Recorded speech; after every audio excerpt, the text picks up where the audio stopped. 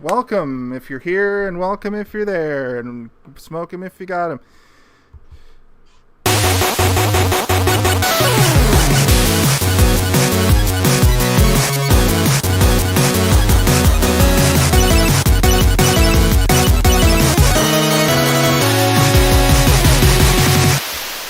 Hello, ladies and gentlemen. Welcome to Hey, Did You See This One? I purposely botched the intro because I wanted to try something new. But I am not your host tonight. Tonight's host is Kaylin. It is Kaylin's birthday month. Everybody give a hand to Kaylin. Happy birthday, Kaylin. It's your birthday month, and why don't you tell them what you're doing this month for your birthday? Well, I usually like to get a new birthday outfit for myself. I wanted to go to Palladium. Let's stop you right there for one moment. I mean, I believe you're asking in regards to our show. Yes, Hey, and then you can tell us about your new birthday suit. Thank you for having me and allow me to botch the intro. This month we are doing Kellen's Crazies, where every week we're doing a new movie with some sort of crazy character element to it. Which brings us to our first movie. California with a K. California. I love the OC. I watched the whole series of the OC today. Was that not what I was supposed to do? That's exactly what you're supposed to do. Although I don't think you have enough. I don't think 24 hours is enough to watch the whole series. I made it work. Would you watch it on 2x speed? I watched it on 4x speed, and I had a whole season worth of VLCs open, so I was watching. Isn't the more accurate joke is that you watched the whole first season of Californication starring David Duchovny? Ooh, that would have been. Yeah, that would have been. Nope. Missed opportunity. It wasn't, because I knew what I was doing. I see. Nope. I will always call this movie California with a K, though. Always. Yeah, that's fair. That's fair. California with a seemingly pointless K. Is there a reason they did it? Was there another movie named California and they had to do a K, or is it because he's a killer? I don't understand. So I'm curious about that. My mind went to that point exactly. You know, he's a killer. Was the only thing I could think of. I have a theory. Then why not Killerfornia? Save your theory for your theory segment. Okay. I don't have one yet. No, me. Before we get to all of that, welcome everyone to this week's episode, where we are going to be talking about California. Let me start off by saying we discuss movies and their production and performance, and in no way condone violence in any way, shape, or form. That being said, thank you for joining us. This week's movie is California. Got a few up and coming actors in it. Came out in 1993. You should tag on to that. There's a couple of I didn't realize. So just before we get into this, I just want to expand on what Kaylin's saying. Brad Pitt is in this movie, and very recently Brad Pitt had some shit. I think it was 5 years ago when the incident happened, but it had resurgence sort of. It just came out recently when Angelina Jolie. I don't want to get into it, and it's kind of unfortunate. This movie highlights domestic violence, and so that's what happened. I'm not going to get into the specifics. You can use you're on the internet, look it up. But Kaylin, thank you for saying that, because I wanted to watch this movie for some time. It absolutely fits the theme of Hey, Did You See This One? That notion, and it does fit with Kaylin's theme this month. So apologies for doing a Brad Pitt movie, but I feel like it's big. We can sort of use this as a podium to sort of denounce. Yeah, obviously nobody in this room is going to be like, wow, what a great man. No. He was for making this movie. This movie specifically. We're judging the movie based on the merits of the performance and the story and everything within it, and nothing else. And, as serious as the issue is, we're probably not going to bring it up again in the episode. And if it's a triggery thing for everybody, we apologize. But we're doing it based on it being a movie, and that's it. Thank you. Okay, back to you, Kaylin. Oh, thank you. Let us start with our introductions to this movie. Steven, on my screen, you're the first one next to me. Why don't you let us know your introduction to this movie? My introduction to this movie was about a week ago when you're like, let's do this movie for next week. And I was like, I've never heard of this movie. So I looked it up and I said, maybe we shouldn't do this. And then I read the synopsis and I was like, okay, I kind of like the concept. So I'll watch it. Even if we don't decide to do this movie, I would like to watch it just because the summary of the movie sounded intriguing to me. And then I watched it today. And that is my first time watching, my first true introduction. And that's kind of the long and short. Mostly short, very short, even. We appreciate it. Mm-hmm. Which brings us to you, Jason. Tell us about your first experience to this movie. I remember this movie from when I was a kid. I think my mom saw it, and much like Steve's parents would be like, don't watch horror movies because they're too spoopy doopy.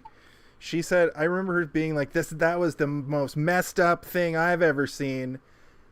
And that's what your mom said? Yeah, my mom sort of, or maybe my aunt or even my dad. But Can I just cut you off for 1 second? My mom didn't just say that about horror movies. She said that about every movie that she didn't think I should watch. Oh, okay. She said they were scary. So James Bond movies were scary movies, and I wasn't allowed to watch them. Well, kind of like when parents tell their kids everything's chicken. It's like, but the opposite. Yeah. I don't know if that's the opposite, but yeah. Yes. But essentially, what I learned through watching The Crow recently and now this movie is when my parents were just slightly younger than I am now, watching these movies in the early 90s, and then the next day being like, that was fucked, and hearing them talk about it all day and being like, you know, movies had a greater, like, people had a different experience with movies back then because there were way less. And I think when you saw something that like moved you or something that terrorized you to your core, it stuck with you longer. And this was one of those things I remember hearing people talk about being like, that movie is crazy. That movie is messed up. And I'll say I watched it today for the first time, and we will get into how we feel about it after but that's my introduction, as I remember my mom talking about it being horrible. Yeah, I just want to like add one thing onto what you're saying. I think your mom, being a woman, probably the things that she saw in this movie were probably far more disturbing to her than it would. That's true, but explain my dad. Like, there's nothing bad in The Crow. There's nothing really that. It's a pretty violent movie, but like it's not that bad. And I remember him being like messed up for a week by it. Right. Yeah. Is my dad a crow secretly? Is my dad? Maybe your dad is a crow. He's got crow powers. He's got secret crow powers, and have you ever gone to your dad's house and he's wearing black lipstick and black eyeshadow, and he's wearing his hair is all like greased down. Yeah, he's hanging upside down on a windowsill. Do crows do that? No, but the crow does for some reason. I think he's mostly a vampire. It's a dumb allegory for vampirism. Word. I haven't seen that one, so maybe we should add it to our list. You've never seen The Crow? No. I guess I didn't see The Crow until a few years ago. Jason.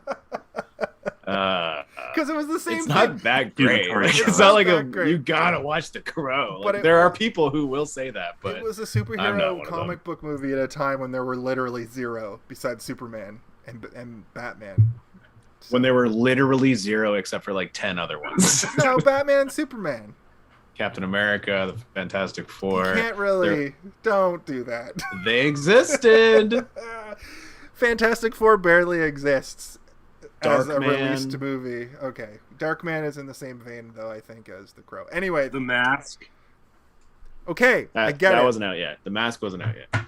But yeah, we're being pedantic. We're being facetious. Let's move on to Kaylin's first thing. Get your pedantic ass out of here. Keep your pedantic ass here. I love it. Well, it's your turn. Stop dancing all over my grave. Okay, that's it. No, let's do one more. Dang. Talk at me, Padaddy. No. Right in the Pudussy. Oh God. Okay, no. When they're not funny anymore, that's when we stop. You're supposed to stop one before it's not funny anymore, I think. But anyway, sorry, Kaylin. No, you stuff your stories in a sack.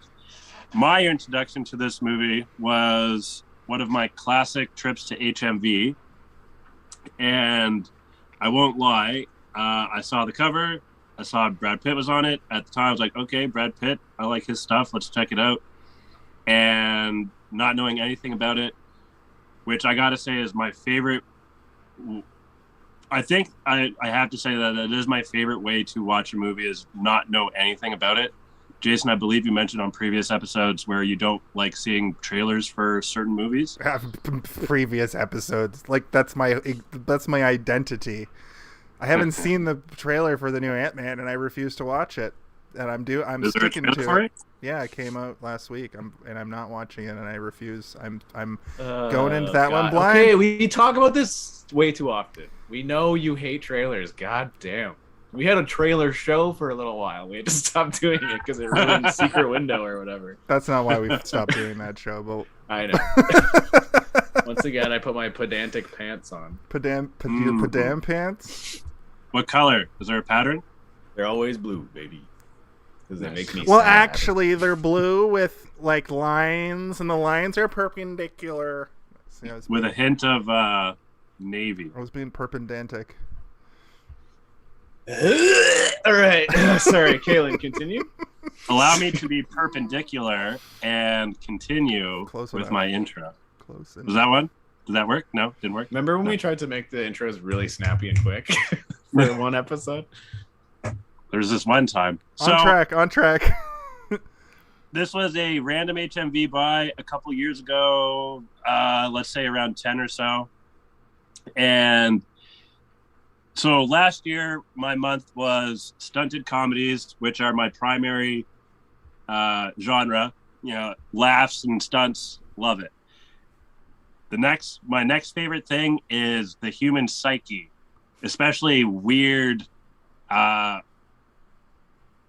What's the word I'm looking for?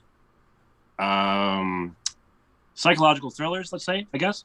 And what makes people tick? Why do people act the way that they do? But so a couple years ago, random buy at HMV. It was weird and different. It was very different from the type of movies that I would see these people in, and which was another thing that I just kind of enjoyed about it as well, where it was kind of like left field in that sense. And this year, I had this idea for this month shortly after last year's month, getting ready for this year, and so not really knowing the specifics of things prior, and had already kind of picked it out. And appreciate you guys for allowing me to continue with that. I enjoy your month because it was unhinged last year, and I feel like you're leaning into the unhinged this year with your literal. This year you went literal unhinged. Let's see how crazy we can get. Which I do appreciate. Well, this movie follows the lives of a photographer and writer who are having a hard time. An erotic photographer. I mean, I'm not sure if I would label it like that, but You wouldn't label her eroticism. art. You wouldn't label her photography as erotic. It's like people eating each other out and boning.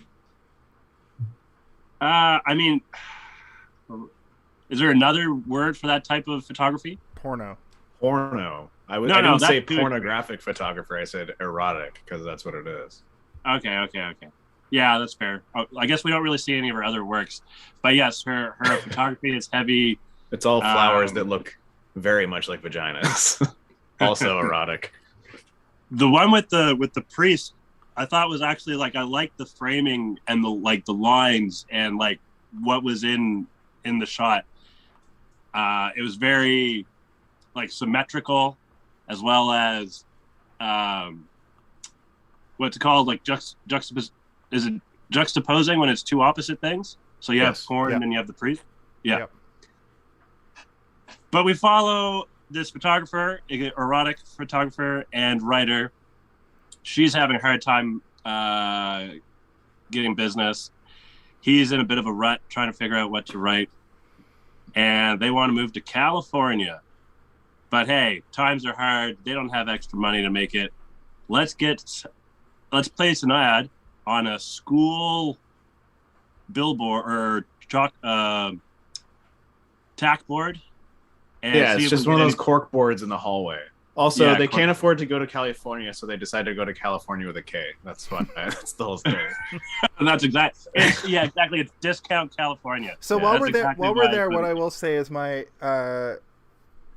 theory about it being California with a K is it's just a colloquial like term for like going to California for people in this area of the world of the United States. I think it's no more than that, and that because he writes it on that corkboard with a K, so I was just like, oh, they must just just be a visual signal to be like, oh, those fucking Californians, because all through the movie, Early talks about like his negativity and his misconceptions about what it's like in California, and to a lesser degree, you sort of get that from everybody else. They have all these weird misconceptions about California, and I think this movie is like a weird the state of California sentiment. Anyway, that was just me. I mean, a sentiment that continues on to this day. True.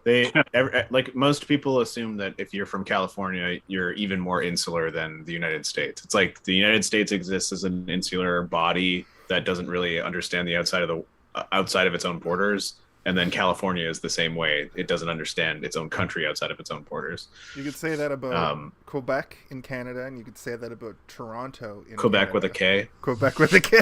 Quebec. That could work. Toronto with a K. Yeah. I mean, yeah, that's probably accurate. I don't really know much about that kind of sort of. I don't even know what you would consider that. I guess you could call it colloquial, but like I don't really know. That's what I gathered. Yeah. Also, I do like the theory that it's the K is for killer, but then just call the movie Kalifornia because that also works. But then you would think it's going to be like a Jason style slasher movie. Yeah. California. Welcome to California. California. Yeah. Population. To that point, though, movie title, we get a audio mention at 11:31, but they don't say with a K. They just say California. But then we get a visual at 18:12. Yeah, I don't think. They're never gonna say California with a K. We're going to California with a K, guys. I wrote down 11:55-ish. They say it, but I kind of like stopped paying attention. I forgot. Like they said it, then I was just listening to I think David Duchovny talk because I could listen to just him do his Mulder voice for hours.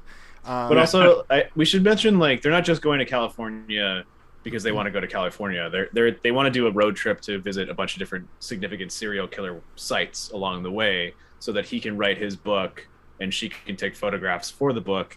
He wrote like an article on serial killers, and he got this book deal, which immediately for me, I'm like, red flag for this publisher. You're telling me the publisher can't front you like, I don't know, like $1,000 to pay for your gas and food while you're driving across the country to visit all these significant sites? If that's not the case, it's not a real publisher. It's some fucking dude who's just gonna like sell it to a publisher. These people seem stupid. Also, he doesn't. And also, gas is $25 to fill a tank. Yeah. Also, he doesn't vet anybody. He takes the literal first person who comes along because he keeps calling him sir. He says that he's like, he seemed really nice. He kept calling me sir. I didn't look at his background. The background checks don't exist in this universe. I couldn't tell. I'm pretty sure that's not where I got sir from. What do you mean? What? Like, I remember working at Boston Pizza. I would call people sir, and then it just kind of seemed to be something that stuck with, like, people kind of knew me for that or whatever. Oh, so what you're saying is that you're a murderer. I'm a crazy person. I'll give you that. I think no, but my point here is that, well, I guess since we don't really go plot point by plot point, we'll just kind of just get into it. Fucking David Duchovny's character is the dumbest idiot. Yeah. Bry. That's what I wrote in my Brian? notes, is that he is a fucking stupid, empathy-driven weirdo. He's naive. He has no world experience, even though he's this fucking He's epic a writer, journalist. Yeah. Writer characters in movies usually have some sort of like edge to them. He has no edge. He's probably hired because like he's from Red Shoe Diaries. Like this is like X-Files is on TV. I don't know if it's a popular phenomenon in '93 yet. I think it started like a year before this, so he probably already had this in the bag as a movie, like as that show was being filmed. Red Shoe Diaries is his biggest thing at this point, I'm pretty sure. And everything he does oozes with sex except for the X-Files. Everything else, he plays a fucking sex-crazed sex man. And in this, he doesn't overtly, but when they do have a sex scene later, it's like, what? That's too much. You're doing too much. Yeah, that sex scene was a little bit dumb to me, but at the same time it did serve a purpose of some degree. It wasn't just there to be there, but at first I was like, why is this here? It better pan over and have Brad Pitt fucking creepily listening. I wanted and it did. I was like, there you go. Okay. I wanted to talk about these elements throughout the movie. There are a lot of hard words in this movie. There's a lot of hard visuals. There's a lot of hard like realizations. There's the R word is used and thrown around. And there is a superfluous seeming sex scene, but I think all of it, compared to like a shitty 80s action movie that has all those things in it, and it's all superfluous. I feel like the object of this movie was to make it realistic in world. Realistic. It's gritty. It starts out gritty. It's gross. It's grimy. And I think that that's part of what I liked about this movie. I thought that for 1993, there's this string of movies from this era that are trying to get this grime on camera. Tarantino's famous for it around this time, like True Romance, Pulp Fiction, even The Crow. He didn't direct True Romance. He didn't. Well, he produced it. He wrote it. John McQuinn? He wrote it. He's the writer. Anyway, my point stands. It's a kind of a vibe. I know, but what I'm saying is like you don't see boobs in Quentin Tarantino movies, and like they're not there for no reason if you ever do see them. Yeah. He rarely does sex scenes. He does unless feet. It's. Well, yeah, that's his thing. but like you know, the closest thing to a sex scene in a Quentin Tarantino movie is when the guy is getting butt fucked by the Mr. Zed or whatever his name is. Can we still say Gimp? I guess my point is that I felt like it wasn't necessary, but it worked in world. And then I think this movie compared to something like Natural Born Killers the next year, Natural Born Killers is this movie, but like remade in a good way, you know, because Juliette Lewis plays a similar character, but her character in Natural Born Killers has a brain and can think and is just as fucking sadistic as Woody Harrelson's character. In this, they made Juliette Lewis a donkey brain. They made her have a donkey's brain. And it sucks because Juliette Lewis is such a good actor that she made me believe that she has a donkey brain. And it really sucks because she has such a wide range, but in this era, they were just making her play these like. For that character, though, to be with someone like that, she would have, like, part of me kind of feels she would have to be like that, right? But she also nailed that role. Like, she, like you just said, like, it felt real. I think for me, the issue is that both of the characters felt unreal to me. Like, they both did not seem like real people. I didn't like her at all. Like, the entire movie, like, through the whole thing, every time she's having some sort of extended dialogue with anybody, I'm just like, okay, I get it. She's fucking stupid. Move on. I'm so uncomfortable right now. It's honestly gets boring. It's like talking to like a little kid when you don't want to talk to a little kid. You know, and they're like, and then I got this dinosaur card, and then this dinosaur card came after that. And I'm like, I get it. You're fucking stupid. I don't want to listen to this anymore. That's absolutely valid. Just for it doesn't push anything forward. It doesn't evolve anything for me for the character. It's just constantly bashing you over the head with how she has some sort of mental deficit, and it's the only reason she's with this guy is because she's literally too stupid to understand that she's being abused. Mm-hmm. And the amount of times that you have to witness it and hear her talking to somebody else about it, and like her justifying it to herself, it doesn't evolve her character in any way. Her revelation within the movie is that she's confronted by murder over and over again near the end, and that's what causes her to finally use her head and be like, I gotta go now. But like it doesn't feel like growth to me. It just feels like she's not a character. The movie could have existed entirely without her as a character, and they could have found a way to make this movie work without that character. I agree with you with Brad Pitt and Juliette Lewis feeling like their characters being cartoons. Yeah, but they're cartoonish. Very early in the movie, what I started doing is I was trying to watch. I always look for really good method actors to like break character even a little bit. So I was paying more attention to. I was really invested in Brad Pitt's like portrayal, because he always does these little things, like the eye thing in 12 Monkeys. He does that. Like that, he clear his throat snort in this. That thing, yeah. He does that a bunch of times, and I was like, "Oh, he's that guy right now," and I was captivated, even though it is a pretty unrealistic portrayal and almost an offensive portrayal of somebody from the South. Maybe not so much in 2022 because he's back then wearing a Confederate flag. The amount of TikToks flag. I've seen where I'm like, oh.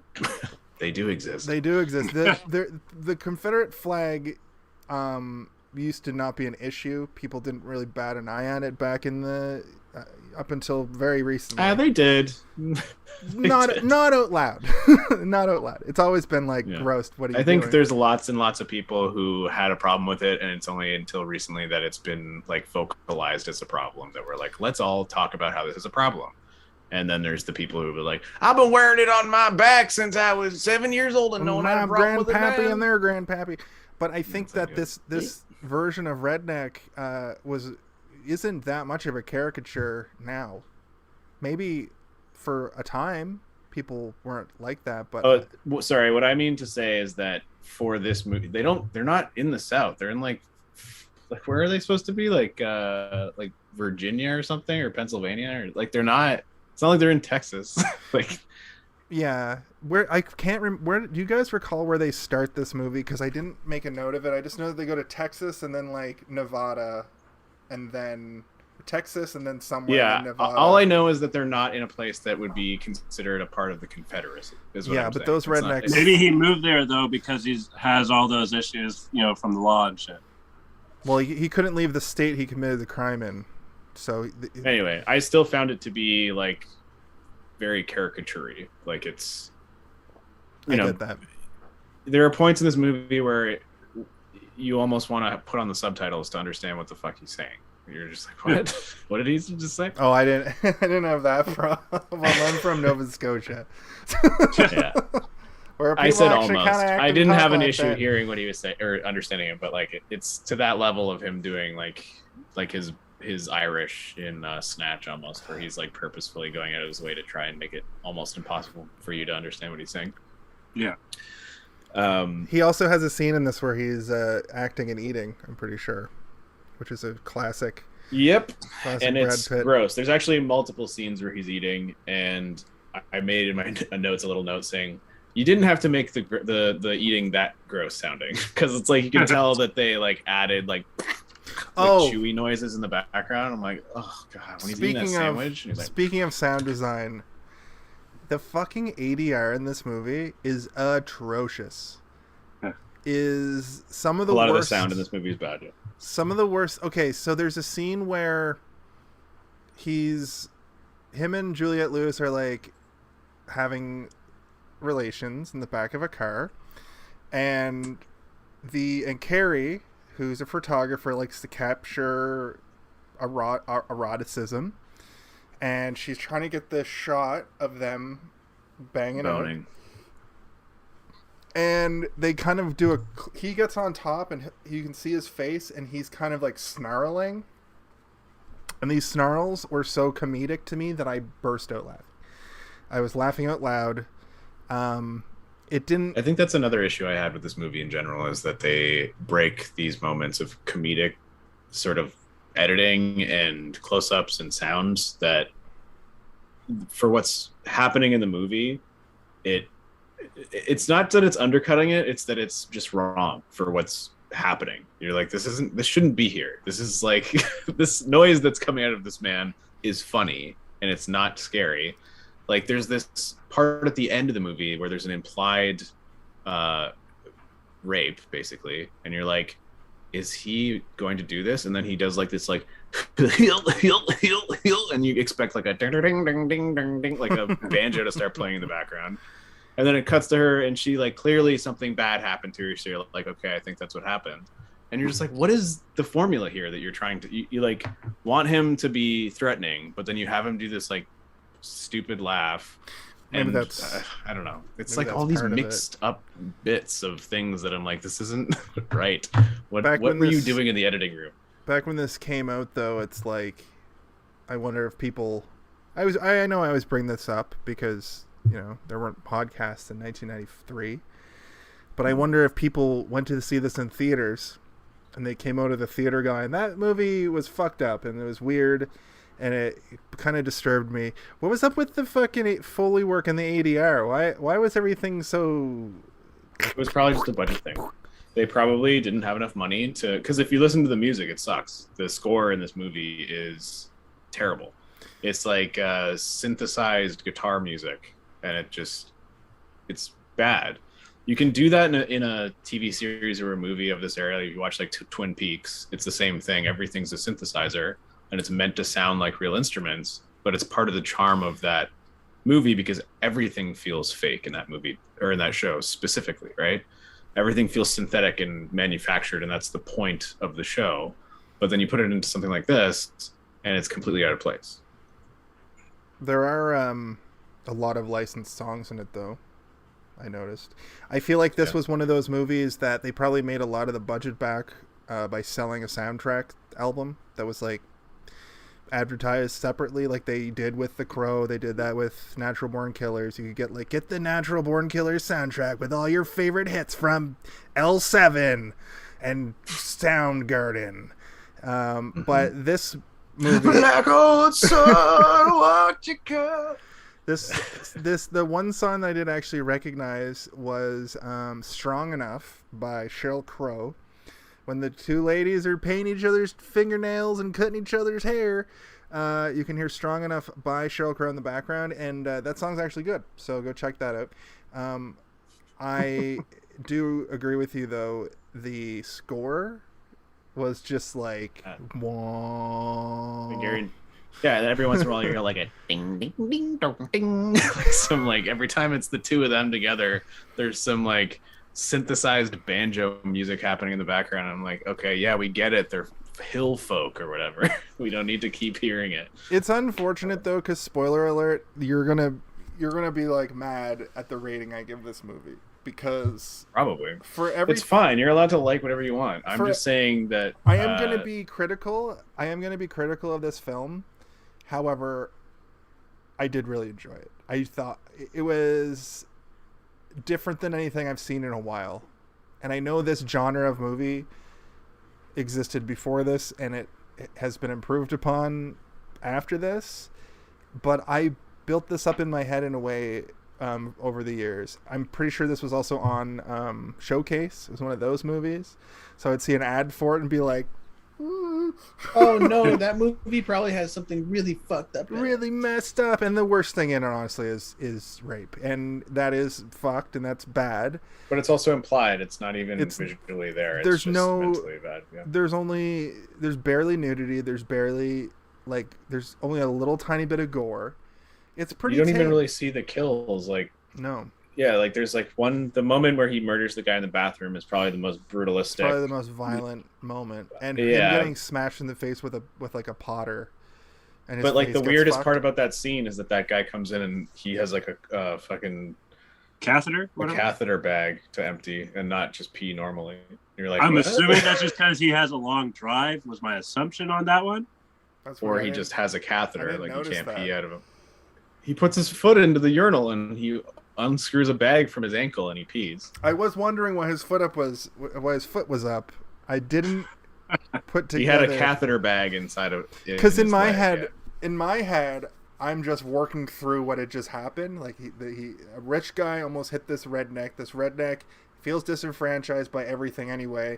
Obviously, the dude's driving like a Rolls Royce or a BMW. He's gonna exact revenge on this man, and that's just happening. And then I go, why is his foot up like that? And then, and then Brad Pitt goes up beside him, and I'm like, here we go. And while you were processing this, did you look into the sky and do this? Because you missed a very long shot of him opening a fucking bag up and peeing at his ankle. My eyes kind of glaze over sometimes, if I'm being honest, when I'm thinking hard. I'm kind of to your point, though. So the answer you gotta really do random kills. Like they're all for a reason. Yeah, well, that's the other thing that's really annoying to me is that you learn nothing about his character. You don't understand why he kills, and then they try to do this thing where it's like he only kills people that wronged him in some way, or out of a mode of self-defense.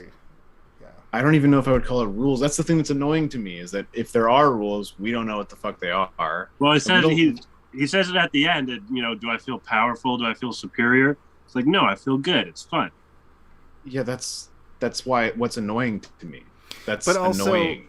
But also so it's kind of. He went to jail for killing somebody, right? Was the beginning of the movie why he went to jail? The thing. So the very beginning. I don't think he got caught for that. I don't think that was just something that fucking happened. Okay, so I just assumed that was like after he got out of jail and he just goes out killing every once in a while to kill people for fun or whatever. So there's this shot at the very beginning of the movie that it made me go, "Oh, this thing's gonna be fucked up and gritty," but it wasn't that fucked up, and it was mostly just gross to look at. A lot of the time. What shot? Shot of him in the rain? Shot of him in the rain. The guy picks up a prostitute. She's like, "You got a light?" And he's like, "This is my wife's car." And then he just drops a boulder off a fucking like overpass, and the car flips. Or the car fucking doesn't flip. It flips, right? Yeah, it flips. Yeah.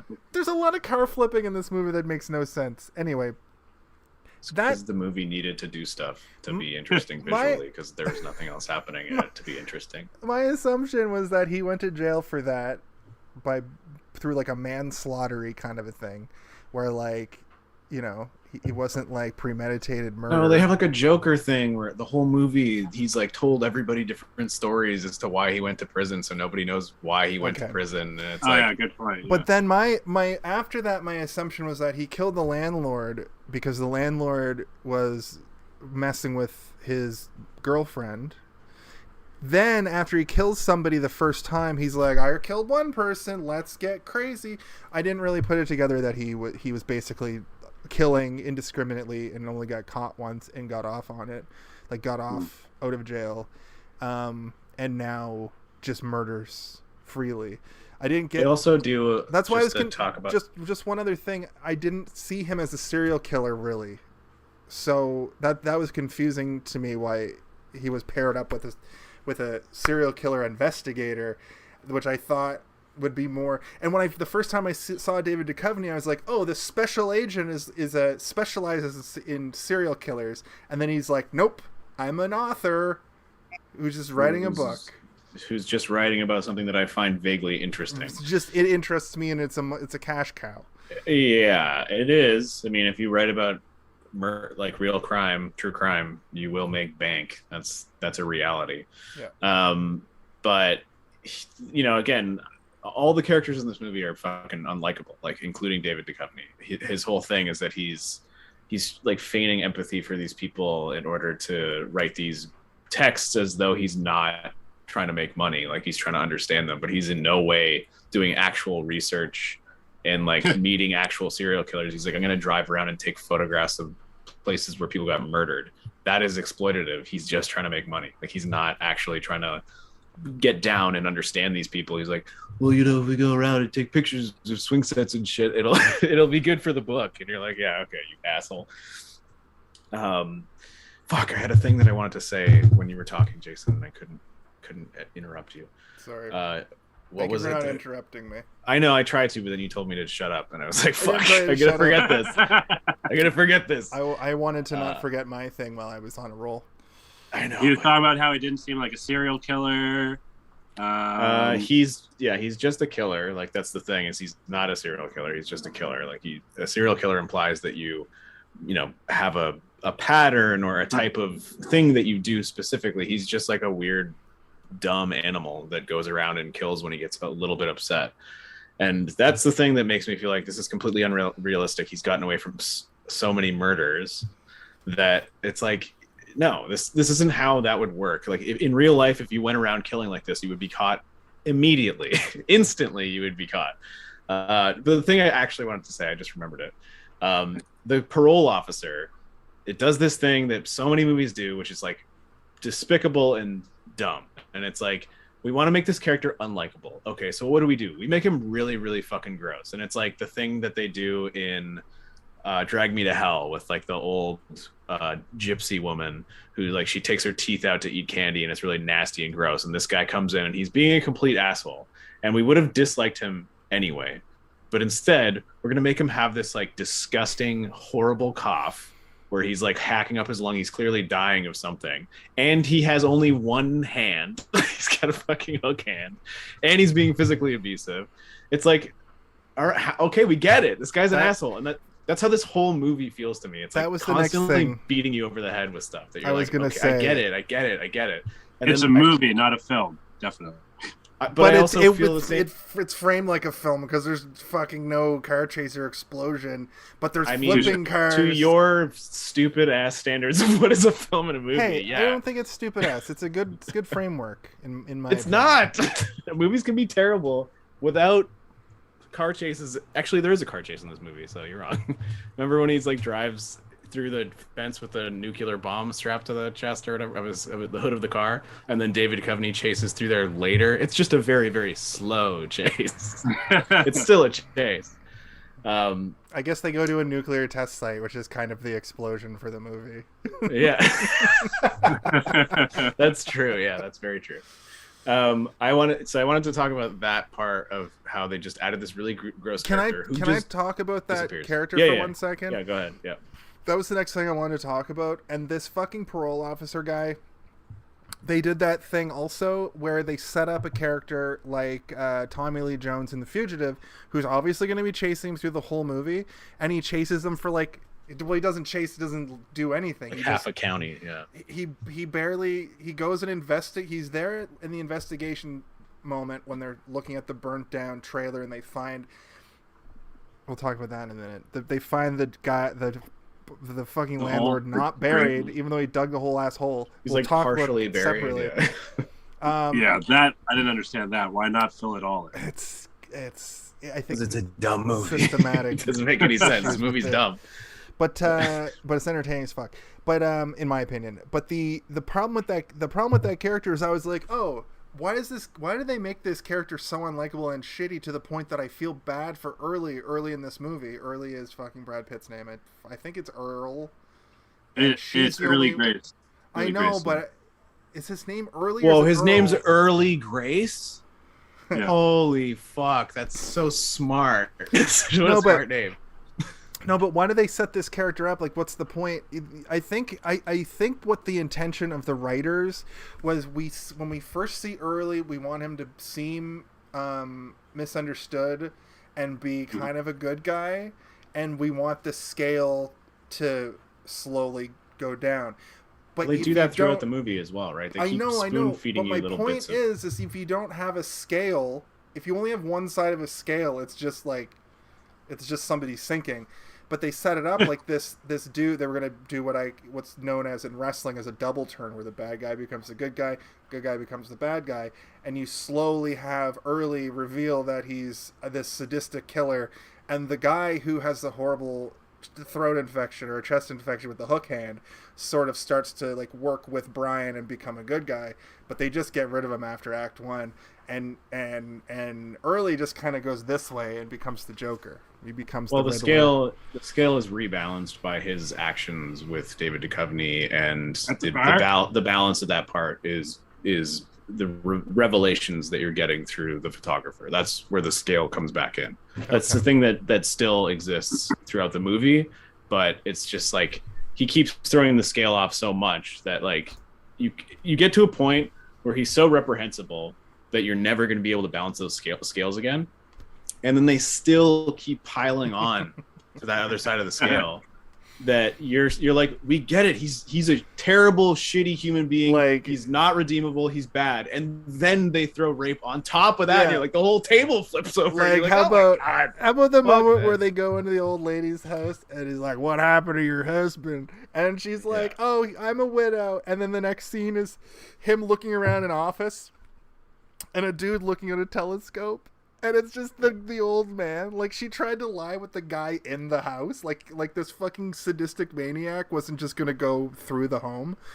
And he probably was like, if I can keep him busy enough in here with me, maybe my husband will figure it out, and maybe my husband has a gun collection or something. No, of the antique husband pistols. was an oblivious dummy. He was written one-dimensional. He was into stars. He really likes looking at He's got his stars. telescope. He's like, and he thinks when Early comes in the room and he's just like playing with shit, like when Kevin McAllister goes into the toy store in the second Home Alone, he's just fucking with shit. He's like, "Come on over here, honey.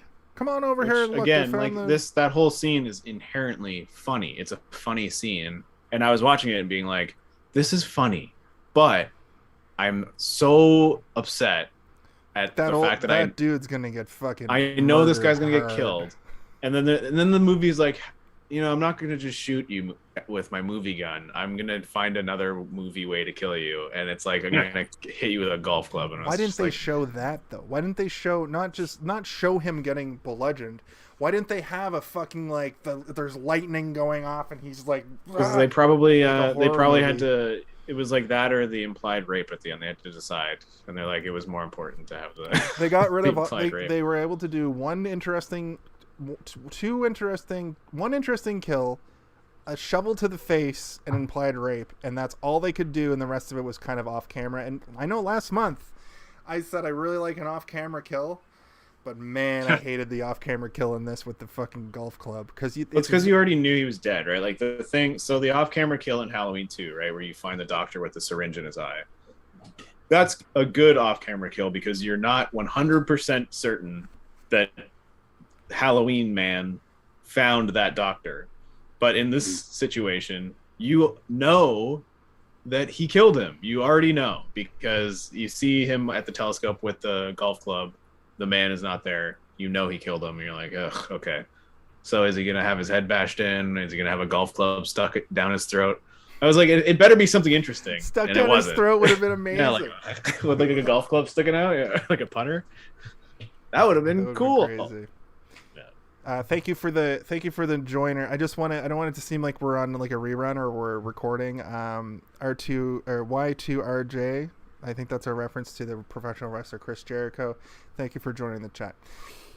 Back to our program. Back to the scheduled Back show. to the regularly scheduled program about Brad Pitt as the Joker. I will say in that same scene, the one thing that I did agree with was Brad Pitt's critiques of the photographs of what's her name's photographs. I was like, true, they are stinky bullshit pictures. You're right, these suck.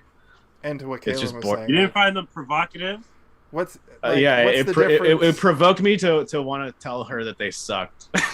this is bullshit. It's not true erotica. You're not creative. Whoever took these photographs, all you did was snap shitty porn shots without showing anyone's faces. That's all you did. This is bad. This is like going on Reddit now and looking at like amateur photography or whatever. You greased everybody up and did close-ups of like hips close together. Yeah. I honestly thought that the idea of making her an erotic photographer made absolutely no sense to me, except to exhibit to us as the audience that she is inherently a sexually free person, which is only there to contrast her against the other idiot who's like basically like a slave. But also at the time, yeah, that's Dale. At the time, to make her, you would have to do that to make a woman character like that in 1993, because you couldn't just have a strong woman. That would be no. She has to be a free thinker, if she was a creative, I think if she was a true creative, like a photographer that took interesting, creative photos, it would have been better for her character than to just make her like I make provocative images because I'm a provocative woman. Like it's basically like it's making her character very, very rigid, just like the other female character, just like all the characters really. They're all sort of like these rigid, this is what they are, there's nothing else to them. There's literally nothing else there than what is being presented to you. And I don't know, I found it like a wasted opportunity, I guess, or like a lazy way of writing people. I did kind of like her character in that it felt like she was like the straight man character for all the rest of the people she was with. Everything everybody said, she was like, "Are you serious right now?" So I did like that she was at least. She made sense. Yeah. She was the audience insert a little bit at least. But I thought that there's that moment near the beginning of the movie where she's got her fucking dumb pictures up on a projector, right? And she's like, why? She's flipping through them and they're amateur porn, right? And it's 1993, so it's erotica. It's 1993, so the fact that there's like people of color with a white woman in it is probably the context, right? That's provocative because it's 1993 and fucking we're gonna freak the minds of the masses. She's like, this isn't. Everybody tells me this isn't fit for public consumption, and I'm like, no shit, it isn't. She was ahead of her time. What is she at? What is she? Maybe a little bit.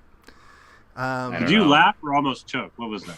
Something was in my throat. Yeah, combination. Something was in my throat. I think that's well, Kaylin, that's like the idea, right? Is like that's what they're trying to say, is that she's ahead of her time. But what we're trying to say is that like it's a lazy excuse of like character development. It's trying to like present you with this idea of like this free person who's just like, I'm creative and this is how creative I am and I don't care what society thinks. But it's like only provocative because it is going against the grain of like what would be considered public consumption at this time. Don't settle for like, mass consumption, as Bry put it. And ironically enough, she had the hairstyle of the time. She had the movie Hackers. I think every woman in the movie Hackers had this hairstyle. You know, she's also Lieutenant Rowe from Star Trek. Yeah, she plays the first strong female characters from the early '90s had this fucking mushroom cut with the fucking shit. Called a bob. It's a bob, but it's like a mushroom cut. So when I was a kid, boys got mushroom cuts all the time. Yes, I had her exact haircut. But nice. The difference between a bob, I think, and a mushroom cut is that tuft at the bottom. I think if it's a true bob, that's flush. Like it doesn't have that. I'm pointing at. You can't see what I'm doing. I'm like pointing at it.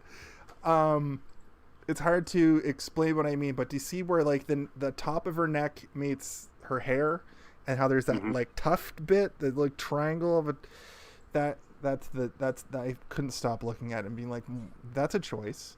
And then she gives that same haircut so there's this really weird like moment where you get the vibe through this movie that that he compares Adele to Carrie. Sorry, Early does, because you know Carrie's buxom. She's a good-looking lady, and Adele's she's got a nice round face. She's got a thick-ass muscular neck and shoulders. She's hot as hell. Hey, she looks like she could kick the shit out of me, and I'm into that. So the vibe that I get, what I thought was going to happen is I thought this was going to go completely differently. I thought Early was going to exude sexuality because he's Brad Pitt. I thought Carrie was going to be like, ooh, I like Early, and they were going to have like a secret fling. That's not what happened. We get a scene where Early opens her motel door with his hand fully in his pocket, and he's like, can I help you take your luggage? And she's like topless. Well, she has a bra, but she's topless.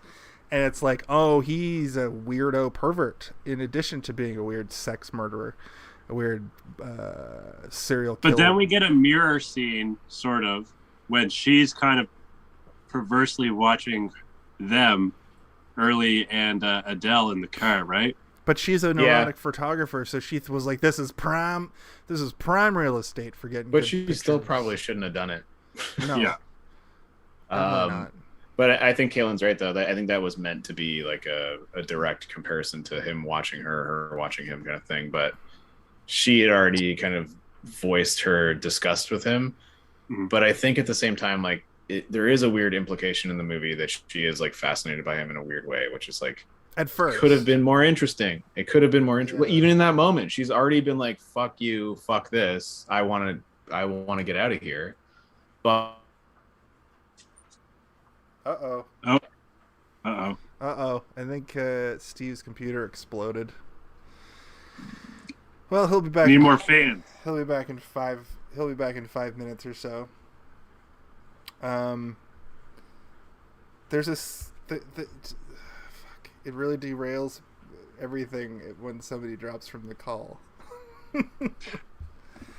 The thing that I was going to bring up in relation to that was that I forget what Steve was saying. Early watches her. Yeah. She has a haircut. What were you about to say? We need somebody to take minutes on this show. Okay. I'm going to change the subject completely. I thought that there was a very chaotic moment early in the movie when we met the landlord, and it's Early's driving around, like, missing the landlord with the car. There's the bad ADR happening. There's the dog started banging, and I just thought that chaos was hilarious. Oh, I was gonna tell the story of how why.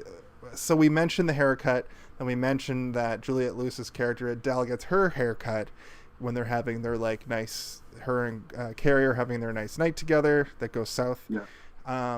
But basically, there's this weird part where, it goes right back to the beginning of how we got to the point of them lusting after each other or not lusting after each other. Mm-hmm. He meets Carrie, and then Adele falls asleep, and he's got scissors in his hand, and the next day, fucking Adele has her hair all cut, like all weird. He hears them banging, like he's already kind of got an attraction for her or whatever, right? He hears them banging, which I guess just intensifies his attraction, and that wants to exactly do the same with Adele. Yeah. And he tries to do the best approximation of that hairstyle. So the next night, it's so bizarre that this even happens. Brian and Early hit the town. Yeah. And Carrie's like, I don't want to do that. And Adele's like, I'm not allowed to drink or smoke, so I have to stay back here with the woman folk. Or eat breakfast. Yeah, she's not allowed to eat breakfast. That breakfast thing is true, though, which is fucking funny. And at the time, it was probably seen as just another conspiracy theory. But what breakfast thing's true? Breakfast was invented by it's more complex than it was invented by Big Cereal, which is basically how he says it. But breakfast was sort of invented through the industrial era,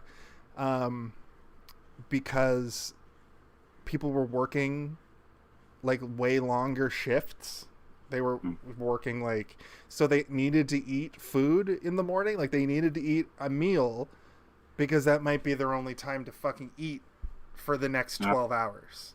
But then when throughout the years, the farm industry, agriculture will have a surplus of a product, or they'll have issues with making money. And there was a time when they had to push something. Yeah. And You put a special on or whatever. Yeah. Since the industrial era was at a restaurant, you make certain special dishes or whatever. Yeah, you got to sell the fish before Monday. So never eat a fish on a Sunday. Put fish in everything. Yeah. Let's make fish pasta. Let's make fish salad. Let's make fish burgers. Everything's fish. The fish souffle. Let's make fish pie, fish cake. Yeah. And that's how fish cakes were invented. No, but essentially, like, so the agriculture industry sees that people need to eat breakfast, so they start pushing breakfast foods that they can make more money off of, right? I this sort of stems from conspiracy. I don't know if it's actually true, but I think that kale became very popular because farms had they were growing kale and just had too much kale, and it technically has like superfood properties, so let's push it, and now we're stuck with kale. I was just talking about how early was actually kind of correct about the conspiracy theory about like breakfast. That's in 1993 it was probably full on, like, you're supposed to laugh at him saying something like that, but by 2022 that's not a conspiracy. That's just how things were in the industrial era into the also, like, I think that the point that post-war proves watching it in 2022 is like, if you believe, because he also believes a bunch of other dumb conspiracies that are presented throughout the movie, which are completely ridiculous. All it means to me is that, like, you can believe every conspiracy and eventually one of them will be correct, or you can just think with your own brain and look at what could be true and couldn't be true, and believing every conspiracy, maybe it'll work out for you every once in a while, but that doesn't mean you should believe all of them. No, so he has this thing that he keeps bringing up through the movie that if you know how to, like, if you have the right mental capacity, you can open these doors to another dimension, and he's claimed that he's seen one before. And towards the end of the movie, when he has Carrie as like a hostage, he's like, we just gotta find a door, and she's like, what are you talking about? He's like, it's gonna be in this nuclear facility. Those probably aren't real. You know what made this movie 1 million times better? Sorry, Kayla, what did you say? It wasn't important. It was just shout out to Nuketown from Call of Duty. Oh yeah, shout out to fucking Fallout. Also, sorry, Steve, go ahead. I said, you know what would have made this movie 1 million times better? What? Is if that they found a door and went through a crazy dimension, and it was like a whole different movie after that. That would have been wicked. How it was early the two of them having to deal with like interdimensional creatures and shit. I would have been way more into it. He mentioned that pretty early in the movie too. So you posit that if they would have went through a door at the beginning, if this movie had interdimensional travel and he was crazy because of that, and that was the reason he was crazy, this movie would be amazing. This would be an amazing movie. You would also have to put John Carpenter's name on it, because that's the only way that would happen. John Carpenter presents California with a K. California. I can't remember what I was ranting about before I got power. My power flickered on and off quickly. And I covered it a little bit because I went back to the point that got us there, but it was like her haircut into their sexual perversion for one another into that's sort of where you went away. Oh yeah, I was talking about how it definitely, the movie posits that she's weirdly attracted to him in a strange way, and I think that's part of the reason she's meant to be frightened of him, is because she doesn't understand why she's so attracted to him. Because like even when he's like grossly massaging his nasty feet at the dinner table and stuff, like she's grossed out by it, but she has this weird sort of like, she doesn't look like she's grossed out by it. She looks like she's like, I cannot believe this person is doing this right now, and she like can't look away from it, kind of thing, right? Yeah. And that's the same sort of feeling that I got with the car, is that she comes across it and she's like, I can't believe these people are doing this, and she can't stop watching, and then she starts photographing it. And had the movie decided to explore that a little bit more, maybe it would be slightly more interesting. I think that like they try to spend equal time with all four characters when the movie would have benefited from maybe focusing on two of them and having the other two be just as hollow as they are, because they are very hollow characters, all of them. Right. They should have focused on two of them and make something else of this. I think weirdly enough, like, even though Brian is the most milquetoast character of the bunch, he's supposed to be like the main character, and he should have actual growth. And while he does technically have the most growth, because he goes from being like, I could never, to I fully fucking killed this guy and felt nothing because he needed to be erased from the earth person. Nobody else has any character growth at all. Mm-hmm. I guess sort of Adele. I mean, well, she doesn't really. She doesn't really have growth. She has trauma that is then confronted with other trauma, like a and it leads to her dying. She dies immediately after confronting her trauma, and like, what's her name? The photographer. I keep calling her Ro because that's her name in Star Trek. I can't remember her. Carrie. Okay. She has like a de-evolution of character, and when she's put into a situation, she basically becomes insular. I was happy that she at least tried to escape and by stabbing him, but like it didn't. She gets caught immediately and then is strung to the bed, and you're like, okay. And then his character, they have this whole thing throughout the movie where he's obsessing over empathy for serial killers and trying to figure out why they kill. And then Brad Pitt's character is putting him into these positions where Brad Pitt is trying to get him to kill people. And like, that's supposed to be this grand sort of swell of the film, but it just falls flat for me. Like, it's when he's like got the gun to his head and he's telling him to kill the police officer. I in no way believed at any point in that scene that David Duchovny was going to kill the cop. There wasn't a single iota of my body that was like, oh my God, is he going to do it? The whole time I was like, he's not going to do it. There's no way he's going to do it. If he had. But I knew he wasn't, and he didn't. So if he had, I would have been like, holy fuck! But yeah, obviously I didn't know. But David Duchovny is a good actor, and his acting was like, he would have been fundamentally changed for the rest of the movie and the rest of his life by that moment. I think that since it's just a movie and who fucking cares, he should have just killed. He should have just killed him.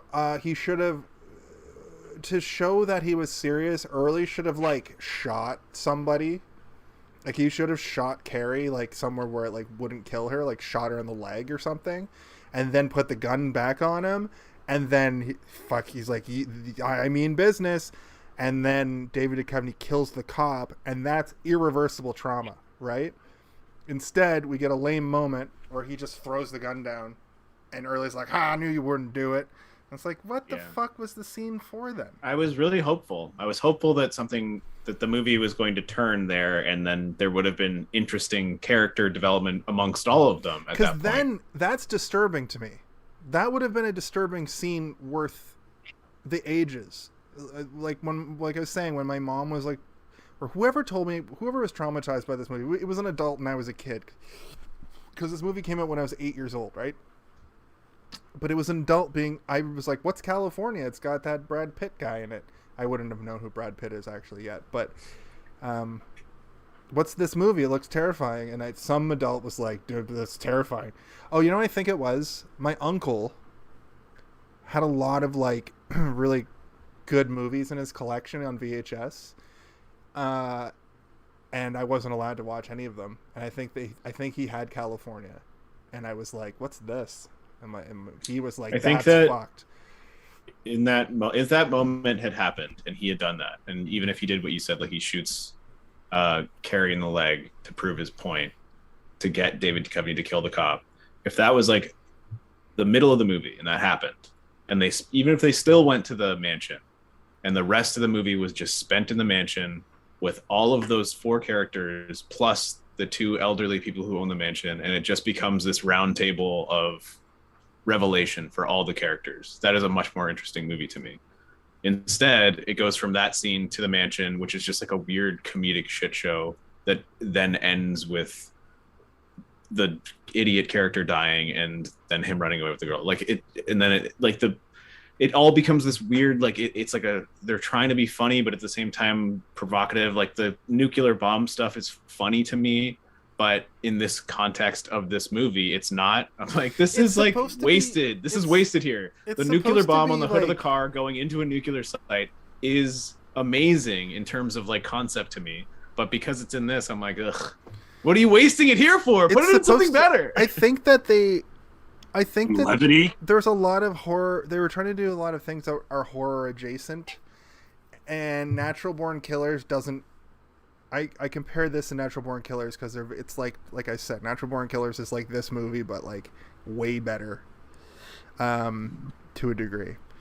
The 1 degree.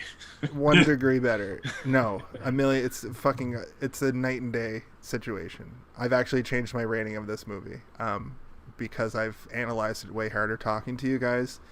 I don't like it. I'm going to tell you what my original rating was when we get to that, but now I've adjusted for inflation, if you will. I hope it's a full percentage based on what 1993's inflation is to today. I think that I give this a negative 100%. I think that when you have a serial killer taking a woman hostage into a nuclear test site, that evokes horror to me. But then when you have him... But the idea is so ridiculous that it's also comedic, right? Yeah, I get that. But comedy and horror a lot of times go very hand in hand because there's a lot of tongue-in-cheek stuff happening, especially in all the 80s horror we just watched. But this isn't a horror movie. I know. It's meant to be a psychological thriller. I have a point. Okay, go. Then it goes psychological thriller in that he makes all the mannequins. So they go into a house. There's all these mannequins. You think it's a family at first, but it's mannequins. We cut back to him, and he's made them all. He's put them all in like 69 in doggy style and sex positions, and that's funny. That's a little bit of like levity, but it's still like that's a very psychological thriller and suspense. But then the rape stuff is very in the genre of thriller and crime drama, and then it destroys all of that like goodwill I was giving it for the like it being horror adjacent, and it just becomes this mess, becomes this jumbled up mess, and it kind of takes away from the fact that the one thing this woman was probably trying to avoid was A, having her boyfriend get murdered by this weirdo, and B, Boyfriend? get fucking raped by this weirdo. Seriously. Oh, that. And almost like we got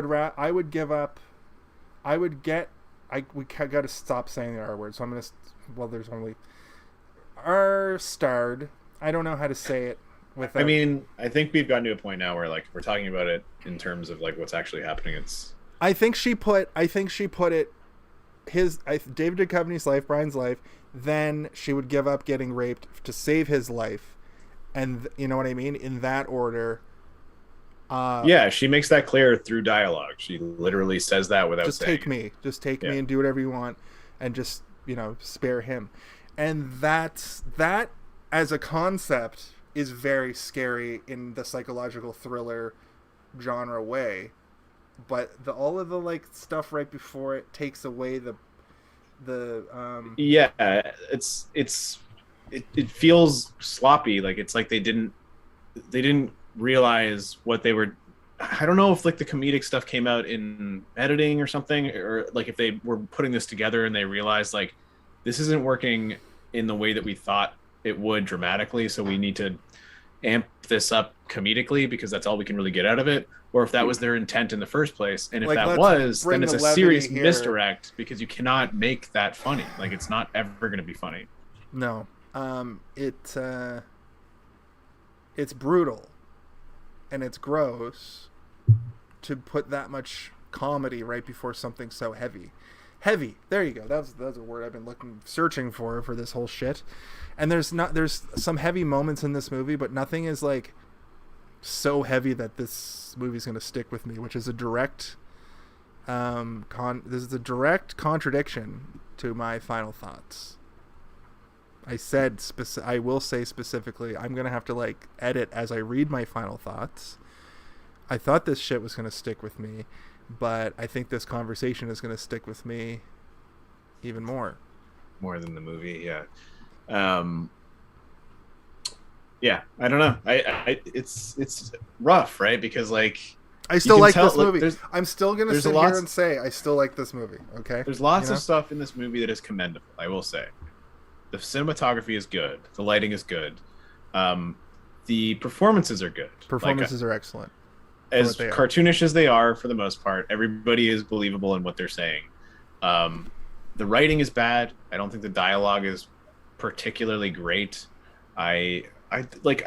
narration. Let's talk about the narration for a minute. Are you guys familiar with the fact that narration sucks in like 99% of movies? Like, Well- it is shitty almost all the time. Unless it's Morgan The Freeman. narrator is only there because they could not Like, convey vision? something to you visually that would make you think, so they have to explain it to you. And it's like, so what the fuck, man? Like, I listen, don't need this. I understand he's a writer. I chalk it up to there's a few good narrators. Obviously, Morgan There's lots Freeman. of good narrators. There's many, many, many good David narrators. Duchovny at this time was known for literally narration. Red Shoe Diaries was a very popular show on Showtime. They aired late night and showed boobies.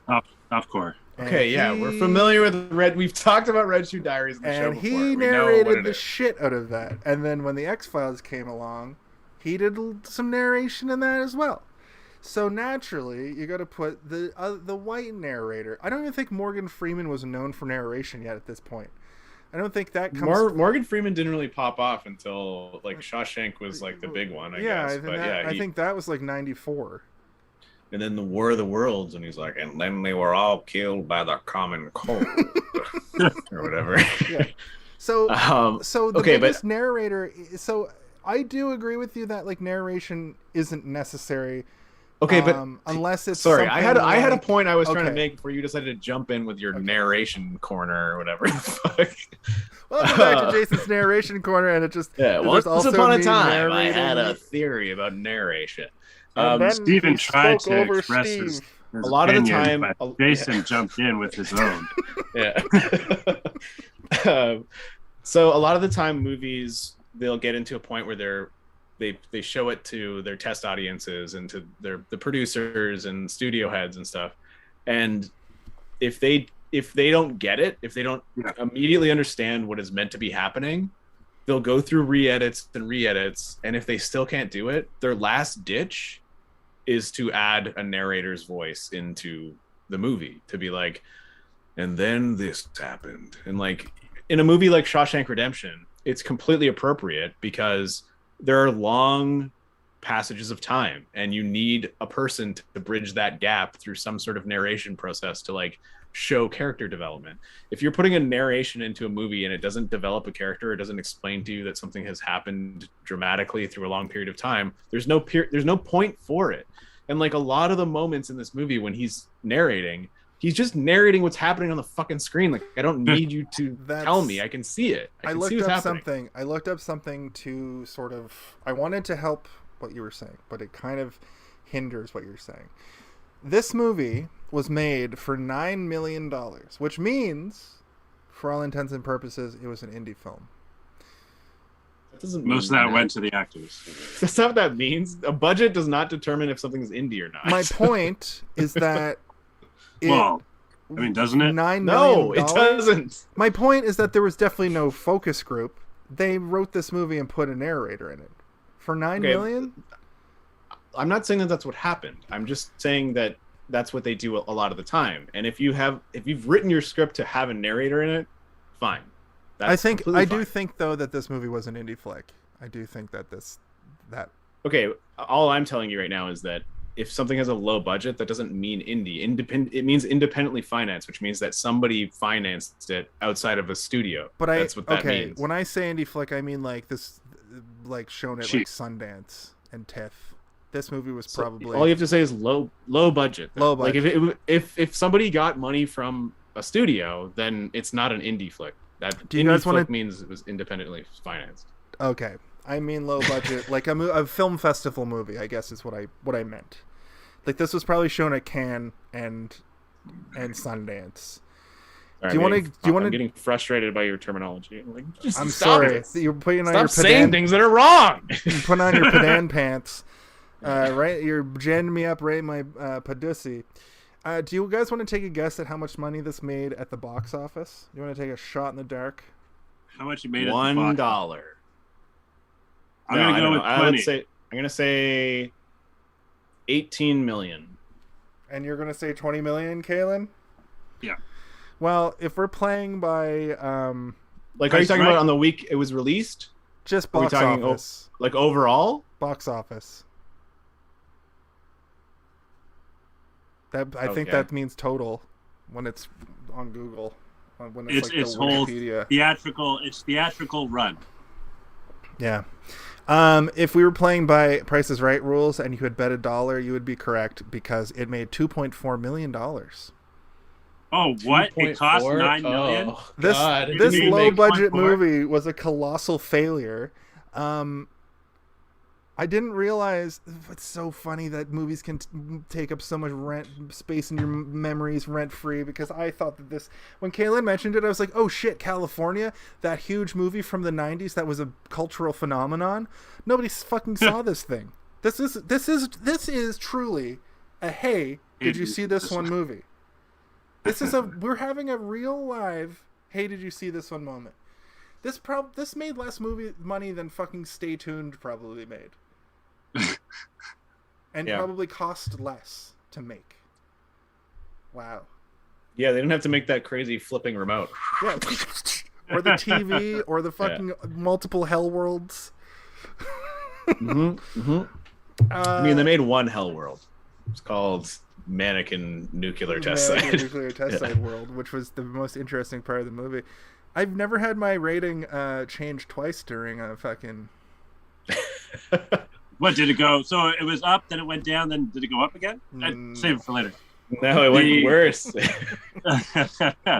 I was reading up on it. There wasn't like too much like facts, whatever I can find out about it, but I did kind of find it interesting that I guess his tooth is already chipped, and so he re-chipped it or whatever. He re-chips it for movies every once in a while. Yeah. Yeah.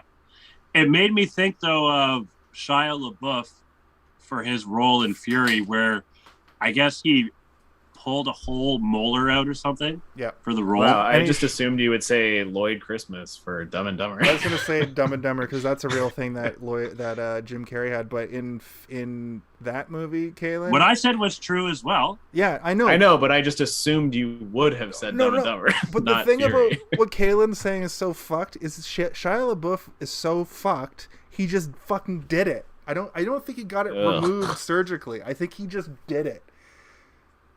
That's too much. That's when you need to maybe get him to see a therapist. Slight tangent. There's so John Bernthal has a podcast called Real Ones, and he had Shia LaBeouf on it. And if you want to see two guys just act as hard as humanly possible for 2 hours, I made it 10 minutes. It's like Hot Ones, but they have to take on a new persona every 30 seconds. Well, the thing about it that's especially dumb is I like John Bernthal, but he's so like, I'm the Punisher in real life. Like that's what he seems like to me.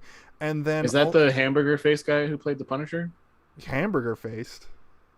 Yeah. Well, sorry, I call him hamburger face because in the Punisher, he's like the whole time he looks like he got hit by a bunch of fists for real. Like the whole show. Because he's just beat up the whole time. Yeah. Yes, he's the hamburger faced guy from the Punisher. No, but I feel like he's also Shane from fucking Walking Dead. So that's what I assume he's like in real life. But then Shia, he's in Fury too, I think, right? Yeah. That's why he had him on. He's like, I haven't seen you in a while, and Shia was like, yeah, I beat up my girlfriend. Now I'm just gonna tell my side of the story. You want to beat each other up for a minute? Yeah. And that's when I was like, nope. I'm reading the comments. Every comment on the YouTube video is like, I'm so glad that somebody gave Shia. Men these days who do these improprieties need to have a voice where they can, a platform where they can have their voice. And I sound exactly like Alex Jones, and I'm doing that on purpose because turn the friggin' frogs gay. Turn the friggin' frogs gay. Do you understand me? If you want to listen to two guys act as hard as humanly possible, even though John Bernthal's probably way harder than Shia LaBeouf, but Shia LaBeouf is 2 steps above a literal dandelion as far as hard goes. And you know what, Shia LaBeouf? Sorry, but that's how I feel. What are you talking about? Why? What is the point of this? What are you trying to tell us? Just we mentioned Shia LaBeouf, and I wanted to. Okay. I feel like this is a podcast I would never want to listen to or recommend to anybody. So then stop talking about it. It's a sarcastic reverse. I should put /. Okay, all of what I just said /s. Okay. So he didn't mean any of it. No. Okay, so I mean, we kind of went through the whole movie. David Duchovny eventually drives a truck to the mannequin No, house. she literally, the old lady literally says, "Here, take this truck." I know. I said hijack, but I meant he hijacked it emotionally. Like he also took all night to drive there, I guess. Like he didn't get there in the night. He got there early in the morning somehow. No, he got there and then fucking flipped the truck and then just like crawled out. Oh in the yeah, I morning. forgot that he fucked up. He sucks at. I mean, So he had handcuffs stupid. on, but still, like fucking chill, No. bro. He's driving. It's a little bit like it's the desert because they're in Nevada, so there's like dust, like a dust. Yeah, it's storm. not like driving in snow like we're used to. And I think It's the dust. point. I think the point was that Early had the forethought to like park his car across the dirt road, so like he'd see it and have to swerve. But like, what? And why did he swerve so fucking hard that he goes off like a jump, and it does the movie like the truck just flips like that, and then he's fine. He's knocked out for the rest of the I night. can answer this question. He had a seatbelt on. They wanted to make something interesting happen on the screen because we all started getting bored. And also a reason for Carrie to just fully get raped by Early. Yeah, well, he does his like it's very, oh my god. It's very Deliverance, which is It a was movie I too could never much. watch It wasn't again. needed. He should have had a moment where he like had to like mentally cool down.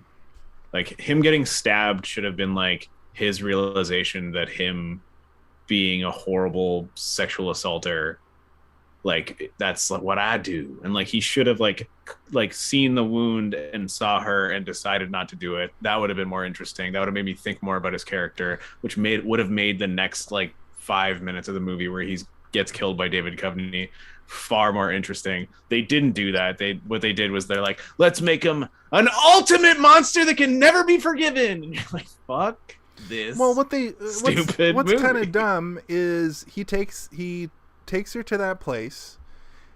Mannequin world. The mannequin zone. He feels her up a bit. Then he The man heavily zone. implies that he's going to get what he came for. Then she, like, they do the thing where his face just goes, and you hear, so she stabs him with a piece of glass. It's stuck in him. And he looks down. He goes, pulls it out, and slams it down, and she runs into the next room. It doesn't like. Didn't know. You can't blame her. Stop Okay. victim blaming. I'm not victim Why blaming. do they put mannequins at nuclear test bomb sites? I don't know, so when you nuke to it, you make can it see more where the parts authentic. go. You can see how far the parts fly if they don't get vaporized. Also, by we a don't know that nuclear that's weapon. a thing. That's just a thing we see in movies and shit. I don't know if that's actually true. Nuclear test sites exist, and they have. I know that houses. What in them. I'm saying is that we don't know that they put mannequins in there to like eating dinner and shit, like in Indiana Jones and the Crystal Skull, and he goes and he's like, I need to use your phone, and they're all just like mannequins eating dinner. Like we don't know that they do that. They probably put stuff in there to like chairs and stuff to see what the damage is, but like, why put a mannequin? It's not going to show the damage it does to a real human They being. should use those flesh that's mannequins what I from mean, right? MythBusters. I'm pretty sure those weren't invented when they were. I think that making Jamie Hyneman nuclear invented bombs. those. Yeah. And then they started I using them believe on that Warrior, Those shows are American they Warrior versus make- Warrior show or whatever. Yeah, they make a ninja fight a rubber dummy with real bones inside it or whatever. Yeah. Ugh. The Sparta. deadliest warrior, was that what that show is called? Where they just like try out different weapons? Deadliest Warrior. Like we're gonna the Spartan warrior defeat a Shaolin monk? You decide. You decide. Actually, we decide. and then they spend a full half hour of Spike TV just like stabbing a pig with a sai. Yeah. Or like a big giant bearded man with muscles like axing it, like they go in slow motion, and they put blood bags inside it so when they slice it, the mannequin bleeds, and we're all like, holy fuck, like high out of our heads, like what, this is the coolest thing I ever saw. 2004 was a different time, man. Spike TV, wow. I wonder if Spike TV still exists. Probably not. Yeah, cable's done. No, it got much. canceled. The whole Me Too movement went after Spike. The whole Oh, really? channel got canceled. Yeah, I'm surprised. it's called Me Too TV now.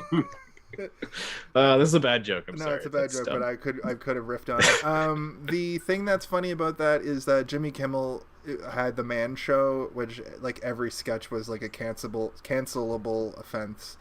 Yeah. Adam Carolla is pretty much. I think he just faded into obscurity.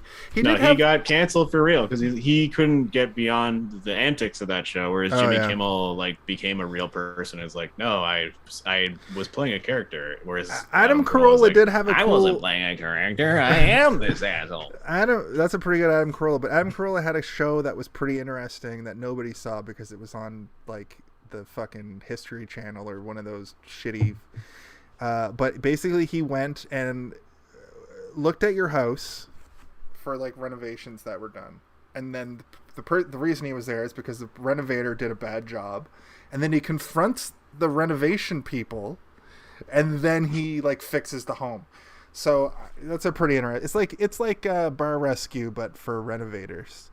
It's like this movie, an interesting concept, but probably really boring to watch. Well, I like those. I like just those kidding, like that. But that's a good way to bring it back. I have mostly.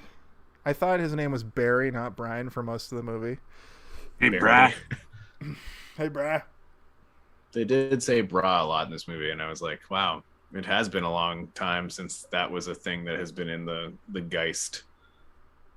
They were even Freddy too. They were saying "bro" all the time. I was like, wow, bro really goes through like ebbs and flows of coming back and leaving us. You know, when I was in high school, bro was not a thing that we would say, and if you said it, it was like a dad saying it kind of thing, right? Hey there, bro. And then bro came back real hard, and now it's bro.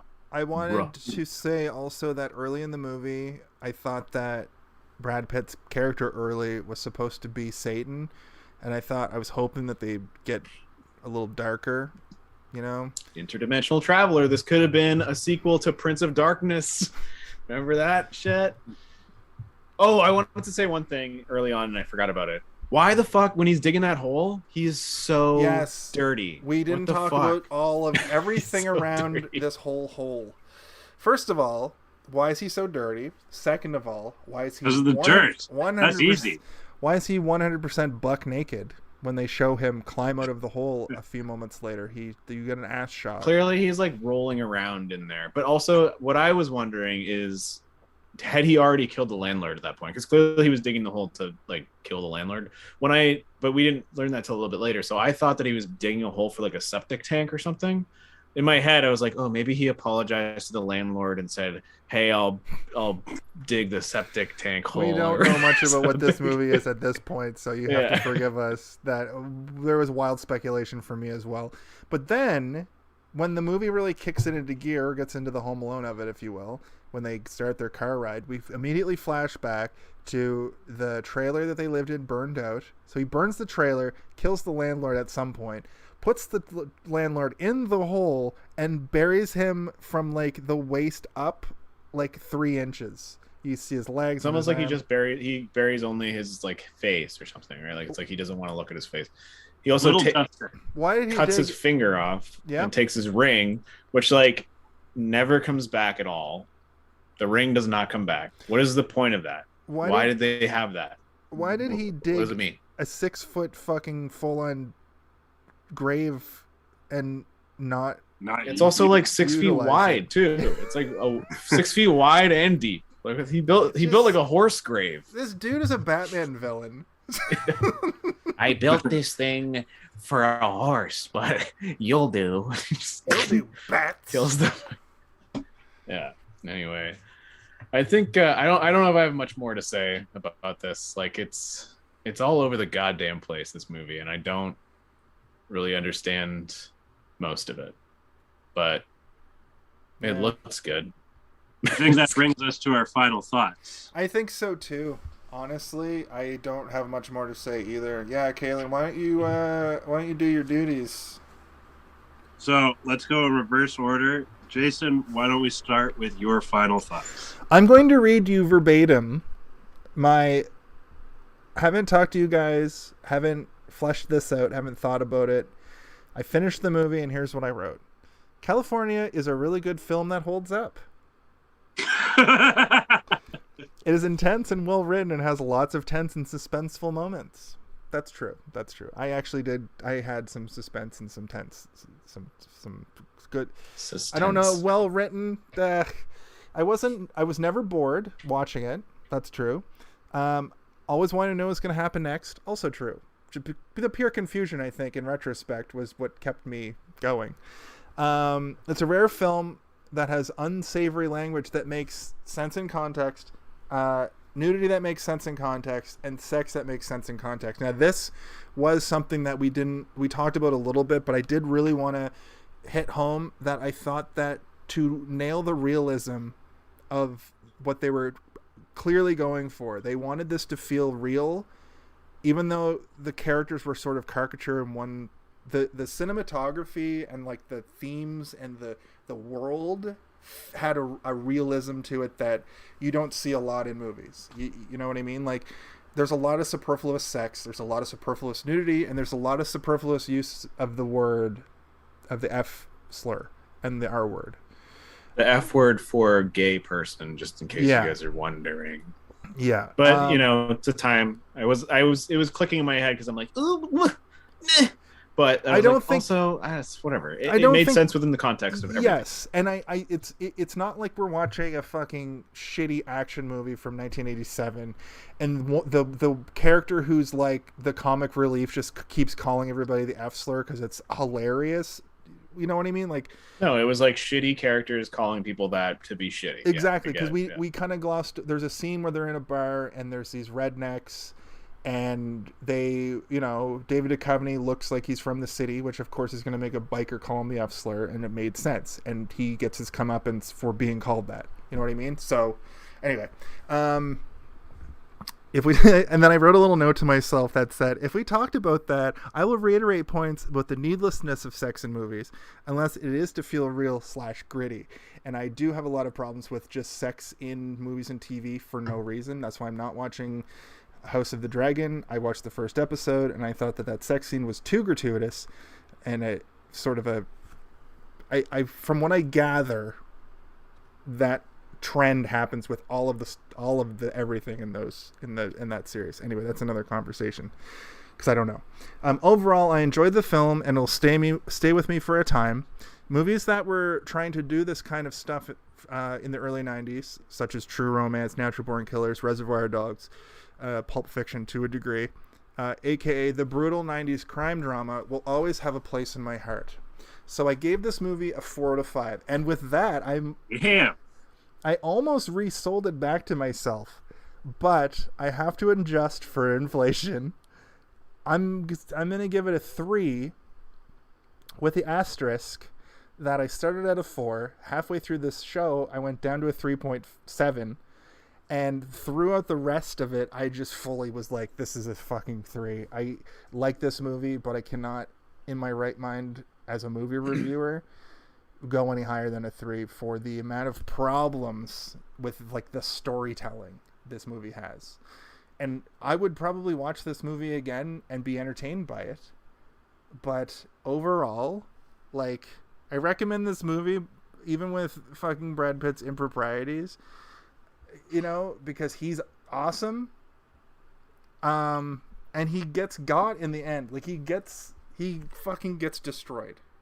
So, if you want to see Brad Pitt just get a shovel to the face, 2 thumbs up. I give this movie a shovel to Brad Pitt's face. Oh, nice. You're joining us with our abstract ratings. I like it. There you go. There you go. Beautiful. Steven. All right. Here we go. The movie California was difficult to watch for several reasons, though I believe it has a couple of technical merits that are worth mentioning. In the year it was shot, cinematography was in a state of rapid evolution, and several different styles were coming into a point of watershed when it comes to setting bars for future films. This movie is a good example of a specific visual style that was not common at the time, but most people are familiar with today. Harsh and hot. The lighting, paired with complicated camera placement at the very least, made most of the shots within the movie pleasant to look at. That said, the semi-interesting cinematography was not enough to keep my interest through the film. All characters were unlikable for many reasons, even specific reasons unique to them individually.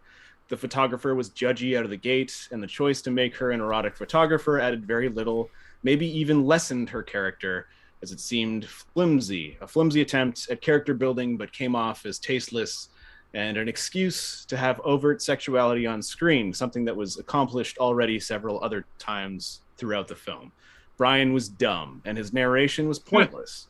Narration can be good when it has a point or develops a character, or voices something that is practically impossible to show on screen. There was one moment of many moments I found to be appropriate. The rest made me feel like a popcorn munching idiot being told that I don't understand the visuals that are telling me the same thing. Juliette Lewis was playing someone with a mental deficit, but was meant to be an exemplification of abuse and give us the feeling of helplessness. The character was flat and I would even say offensive, showing that the reason she was abused was because she was too stupid to understand what abuse is. A competent version of this would have us understand and empathize with her character development. But all I felt was that I wanted her to stop droning on and to put down her fucking yo-yo. Pitt was a cartoon character who had zero character development and was beyond predictable. There was not a single moment where his actions seemed to come out of nowhere or provoke emotion in me. I knew he was going to do a shitty thing at every corner, and he did. The score sucked and was even goofy at times. The premise of the movie is quite interesting, but the execution was not. I would have loved to have seen this same story told with a more interesting character and maybe even some subtext that didn't rely on a Red Shoe Diaries narration for a flowery. Did you write Red Shoes down? Sorry? Did you actually have Red Shoes written down in your thing? I did, yeah. I wrote down, and maybe even some subtext that didn't rely on a Red Shoe Diaries narration for the flowery bits. Overall, I did not enjoy this movie, and I found myself constantly checking the runtime throughout to see when it would be over. I'm sure this movie has its fan base, but I unfortunately am not a part of it.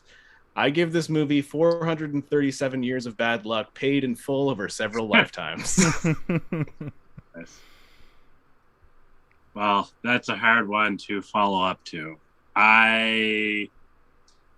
So I will say that watching it this go around was harder. It was a hard, I went in with with knowledge of current affairs and everything. To talk about this movie from when I first saw it, it seemed different. It didn't seem like your typical cookie cutter movie where they kind of follow the same sort of thing. Roles were being played that weren't typical to the people. I did feel that the performances were good. After talking with you guys, and just watching it again for myself, I have kind of lost a bit of interest in this movie, unfortunately. From a technical point of view, I did like the framing of a lot of things, a lot of scenes, to try and give some praise where praise is due. I actually enjoyed her artwork. The priest one being my most favorite. The other ones were basic, but still, for what they were, again, more so just like the framing and the black and white. And you are only seeing like hips and stuff with a little bit of this and that. But anyway, that's neither here nor there. I'm curious, like one thing that tickles my fancy is, what makes people tick, and which is what led to me picking the movies that I picked for this month. Before I finalize here, my question to you guys is, what do you think makes people tick? Oh my God. We're not psychologists. No, well, just answer as yourself. No psychologist. Well, I think once again, it's based off of your. So there's the short answer from my point of view is that it's essentially how the world you've been treated by the world, how the if you've been left behind or if you've excelled in life, and then on top of that, your fucking brain chemistry, right? So I think that Early's character was a victim of all of the worst problems, but then on top of that, he has some undiagnosed fucking like psychopath, sociopath shit.